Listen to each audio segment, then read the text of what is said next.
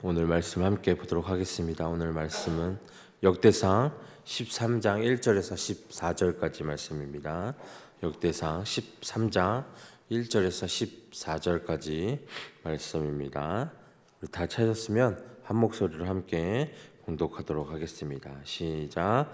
다윗이 청부장과 백부장 곧 모든 지휘관과 더불어 의논하고 다윗이 이스라엘의 온 회중에게 이르되 만일 너희가 좋게 여기고 또 우리 하나님 여호와께로 말미암았으면 우리가 이스라엘 온 땅에 남아 있는 우리 형제와 또 초원이 딸린 성읍에 사는 제사장과 레위 사람에게 전령을 보내 그들을 우리에게로 모이게 하고 우리가 우리 하나님의 궤를 우리에게로 옮겨오자.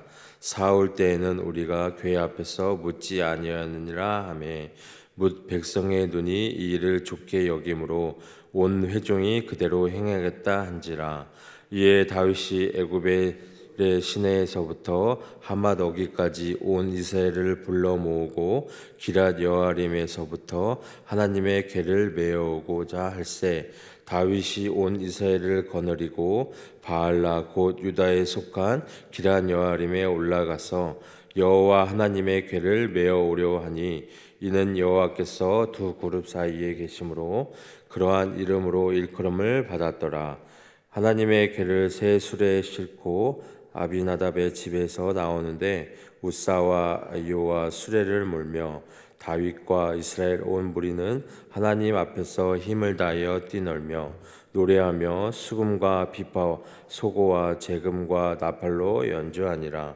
기돈의 타작마당에 이르러서는 소들이 뛰므로 우사가 손을 펴서 궤를 붙들었더니 우사가 손을 펴서 궤를 붙듦으로 말미암아 여호와께서 진노하사 치심에 그가 거기 하나님 앞에서 죽으니라.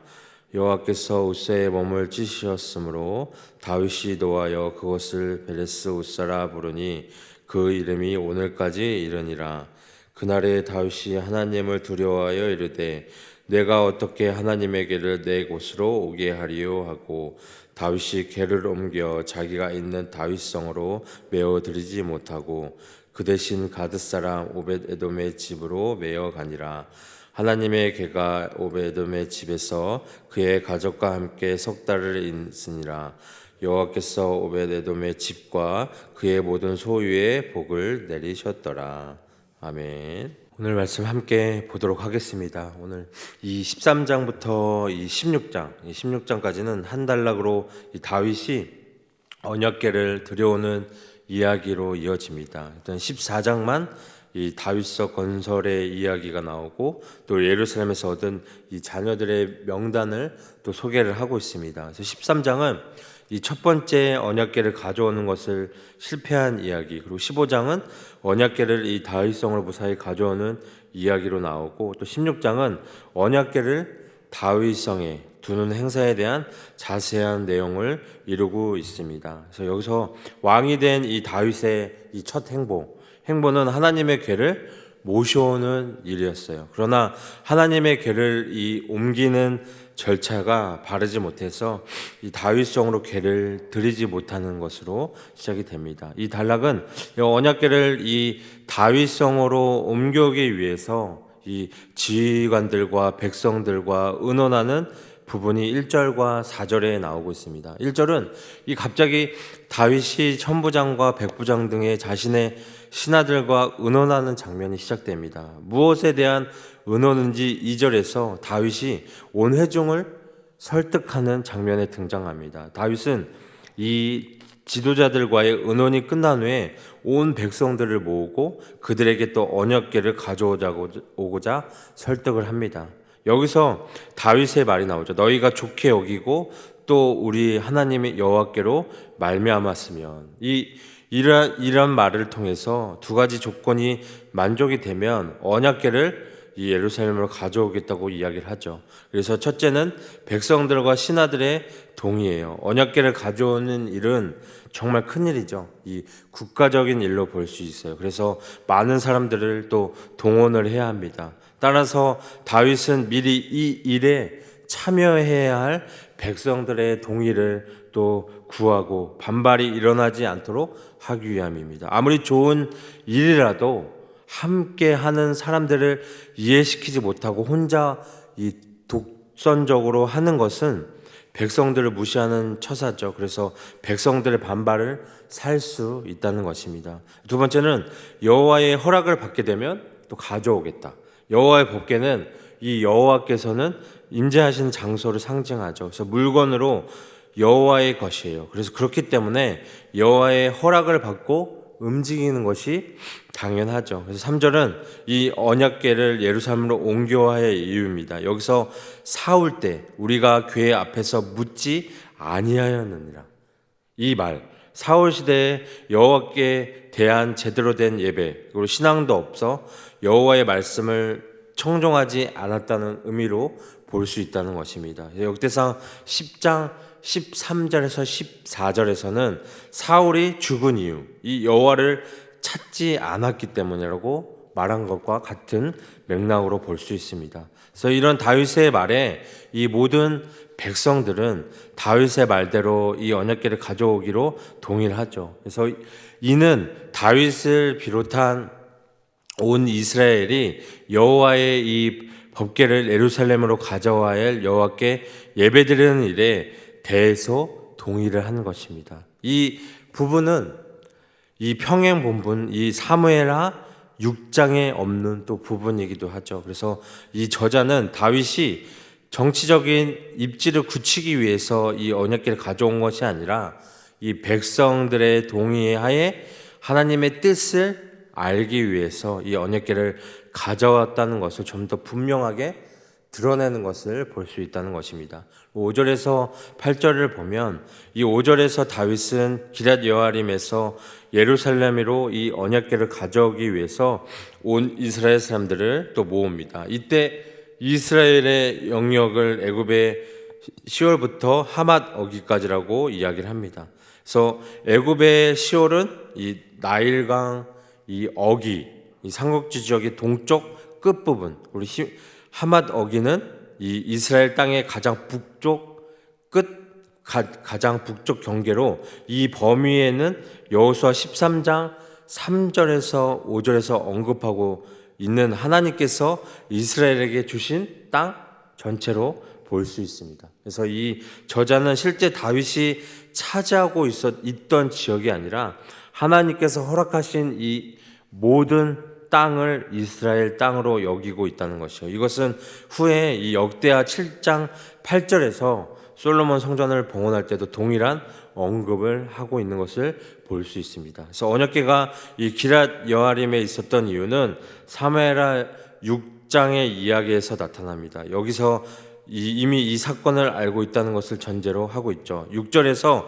하나님의 궤에 대해서 설명하는 것은 하나님의 이 궤가 무엇인지 모르는 세대를 위한 것이에요. 그래서 이 역대기는 포로에서 돌아온 후 주전 450년경에 기록되기 때문에 이 바벨론에서 태어나고 자란 이스라엘 백성들은 하나님의 이 궤에 대해서 잘 모를 수도 있다는 것이죠. 그래서 7절에서 이 8절 언약궤를 가져오는 이 장면, 하나님의 궤를 수레에 싣고 다윗과 온 이스라엘 백성들은 온갖 이 악기를 연주하며 춤추며 즐거운 축제 행렬을 이루었습니다. 그래서 하나님 앞에서, 이 하나님 앞에서라는 말은 문자적으로 언약궤 앞에서 뜻이지만 이들이 기뻐하고 즐거워하는 이유가 여호와 때문이라는 것을 의미할 수 있다는 것입니다. 그래서 이들은 하나님의 이 궤를 자신들의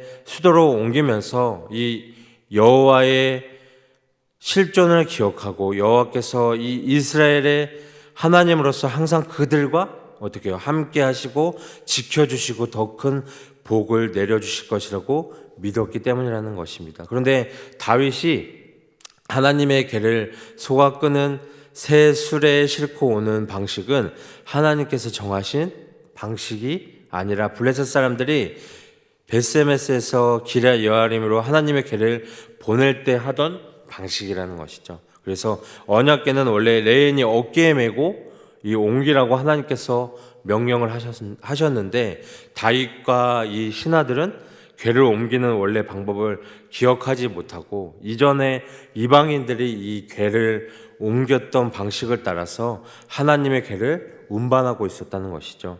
그래서 9절에서 14절을 보면 기드온의 타작마당에서 도착했을 때 갑자기 이 소들이 법궤를 떨어뜨렸고 수레를 몰던 우사가 손으로 법궤를 딱 잡았습니다. 급한 마음에 이 법궤가 떨어지는 것을 막으려고 했던 것이죠. 근데 하지만 여호와께서는 이 궤를 손으로 잡는 우사에게 어떻게 해요? 진노하시고 그를 쳐서 또 죽이셨어요.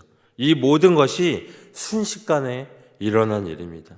이 기쁨의 축제가 갑자기 어떻게 해요? 공포의 장으로 바뀌었다는 거예요. 하나님께서 이 우사를 죽이신 이유는 하나님의 거룩성을 침범했기 때문이라는 것입니다. 이 레위기에서 법궤는 가장 거룩한 것이에요. 대제사장만 접근할 수 있고 제사장만이 맬 수 있고 절대 다른 사람이 만지거나 다른 방식으로 운반해서는 안 됐었다는 것이죠. 그런데 우사는 법궤를 보호하려고 정말 급한 마음에 법궤를 만짐으로 하나님의 거룩성을 침해한 것이 자기 공포의 장으로 바뀌었다는 것이죠. 하나님께서는 가까이 계시고 우리를 지키고 보호하시지만 또 오늘 이것처럼 다른 한편으로는 우리가 하나님의 높으심과 거룩하심을 인정하는 거리를 두어야 하는 존재로 볼 수 있다는 것입니다. 그래서 하나님께서 가까이 계시다고 해서 우리가 함부로 접근하거나 함부로 대해서는 안 되는 존재라는 것을 우리는 잊지 말아야 한다는 것입니다. 11절을 보면 다윗은 이것에 대해서 분노합니다. 10절에 나타난 하나님의 진노를 대변한 것이죠. 눈앞에서 하나님의 무서움을 실감한 다윗은 하나님을 두려워하고 법궤를 자신의 집에 가져가는 일을 꺼리게 된다는 것이죠. 다윗은 이 법궤를 통해서 자신과 자신의 왕조가 더욱 하나님의 복을 받으려고 했다는 것이에요. 그런데 법궤 때문에 어떻게 해요? 오히려 재앙을 받을 수도 있다는 것을 보면서 하나님에 대한 두려움이 생겼다는 것입니다. 우리가 갑자기 만나는 재앙이나 어려움 속에서 하나님에 대한 두려움과 하나님의 크심을 발견하듯이 이 승승장구하던 다윗도 이 사건을 통해서 하나님에 대한 경외심이 더 커졌다는 것입니다. 다윗은 이 궤를 두려워한 나머지 원래 계획대로 궤를 자신이 살고 있는 다윗성으로 가져가지 못하고 방향을 틀어서 이 오벳에돔의 집에 가져다 둔다는 것입니다. 이 석 달 동안 오벳에돔의 집에 법궤가 있었고 그동안 하나님께서는 이 오벳에돔과 그의 모든 소유에 복을 주셨습니다. 이것은 하나님께서는 무서운 분만도 복 주기만도 하는 분만도 아니라는 것을 보여주고 있다는 것이에요. 하나님께서는 자신의 말씀을 따라 하나님을 섬기고 가까이 하면 복을 주시지만 하나님의 말씀을 따르지 않고 하나님의 거룩성을 함부로 침해하고 자신의 이익을 위해서 하나님을 이용하려고 하면 멀어지고 재앙을 내리시는 분이라는 거예요. 이 저자는 다윗의 약한 부분이나 부정적인 부분을 거의 드러내진 않지만 여기서는 어떻게 해요? 사무엘하 6장의 이야기를 거의 그대로 가져옴으로써 하나님께 대한 이 다윗의 두려움은 숨기지 않는다는 것이에요. 그것은 하나님께 대한 두려움을 이 저자는 긍정적인 모습으로 보았기 때문이라는 것입니다. 다윗이 하나님을 두려워함으로 더욱 겸손하게 하나님을 의지하기 때문이라는 것이에요. 이런 관점에 이어지는 역대상 14장에서 잘 나타내고 있다는 것입니다. 우리가 이 하나님 말씀에 순종하는데도 하나님이 어려움을 주시는 것은 우리의 신앙 자체가 틀렸다는 게 아니에요. 지금 잘하고 있는데 이 작은 오류를 고치라는 것입니다. 그래서 결국 하나님의 말씀을 붙잡고 믿으려고 하면 하나님이 절대시 될 수밖에 없다는 것입니다. 아무리 우리 인간의 생각이 좋고 창의력이 합리적인 것이 좋아도 하나님은 인간의 이 부패성을 잘 알고 계신다는 거예요. 우리가 절대적으로 말씀을 붙들지 않으면 아무리 훌륭한 사상이나 계획도 결국 어떻게 해요? 부패될 수밖에 없다는 것입니다. 그래서 결국 타협이 없는 길로 갈 수밖에 없다는 것이에요. 이렇게 할 때 진정한 부흥이 나타날 수밖에 없다는 것입니다. 다윗의 실수에서 열심보다 순종이 중요함을 깨닫게 된다는 거예요. 우리의 열정이 하나님의 뜻과 어긋나면 오히려 해가 될 수 있다는 것입니다. 그래서 하나님의 일을 할 때 우리가 인간적인 생각보다 하나님의 말씀을 따라야 한다는 것입니다. 그래서 오늘 이 말씀처럼 다윗처럼 하나님의 뜻을 구하고 말씀에 귀 기울여야 한다는 것입니다. 하나님의 방법은 우리의 생각과 다를 수 있지만 가장 완전하다는 것을 우리는 알아야 합니다. 그래서 순종하는 삶을 통해서 하나님의 축복과 우리가 임재를 경험하고 하나님의 나라를 확장할 수 있는 우리 여러분들 되기를 오늘 이 시간 소망합니다.